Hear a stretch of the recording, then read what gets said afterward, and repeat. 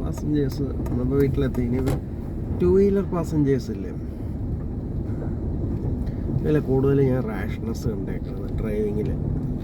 കാറുകാർ ഓടിക്കണതിൽ അങ്ങനെ വലിയ റാഷ്നെസ് ഞാൻ കണ്ടിട്ടില്ല. അല്ല BMW ഒക്കെ ഓടിച്ച് പോകണമെങ്കിൽ ചിലപ്പോൾ എങ്ങാനും മൂപ്പിച്ച് പോകണമെന്നല്ലാതെ ഒരുപാട് റാഷ്നെസ് ഞാൻ കണ്ടിട്ടില്ല.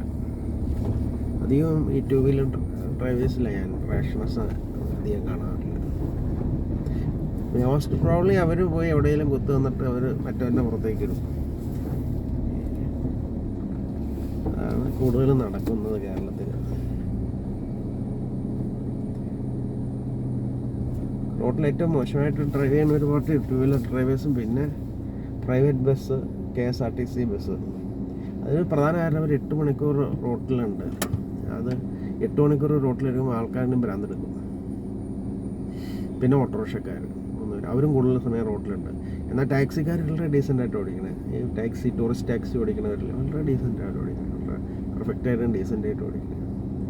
ഈ കാരണം എന്ന് പറഞ്ഞാൽ എനിക്ക് തോന്നുന്നു ഓട്ടോറിക്ഷയ്ക്ക് 8 മണിക്കൂർ അവർ 8-10 മണിക്കൂർ അവർ റോട്ടിൽ കാണും. നമ്മുടെ നാട്ടിൽ ടൂറിസ്റ്റ് ടാക്സി അത്രയില്ല. ഇപ്പോൾ ഗൾഫിലൊക്കെ ഈ ഓട്ടോറിക്ഷ പോലെ തന്നെ ടൂറിസ്റ്റ് ടാക്സി കൂടുതൽ നേരം റോട്ടിൽ കാണും.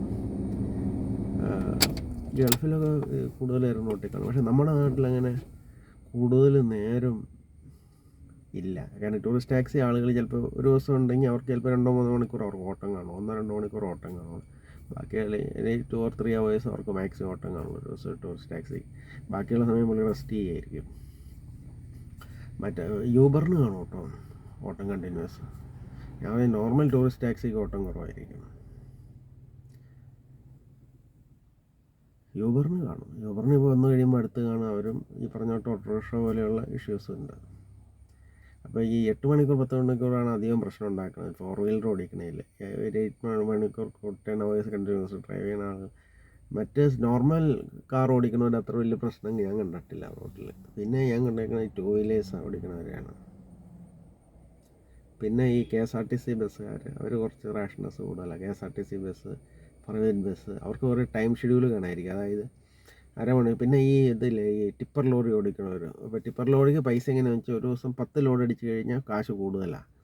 അപ്പോൾ എന്ന് പറഞ്ഞാൽ ഈ ഇവന്മാർ 80, 90, 100 കിലോമീറ്റർ സ്പീഡിൽ ഈ 10 അല്ലെങ്കിൽ 8 ട്രിപ്പ് ആക്കാൻ വേണ്ടി ഭയങ്കര സ്പീഡിൽ ഓടിക്കും. അപ്പോൾ അത് പക്ഷേ റെഗുലേറ്റ് ചെയ്യേണ്ട. അത് ഈ ആളുകളുടെ പുറത്തേക്ക് റാഷ്നെസ് ആൻഡ് നെഗ്ലിജൻസ് ഇല്ലേ.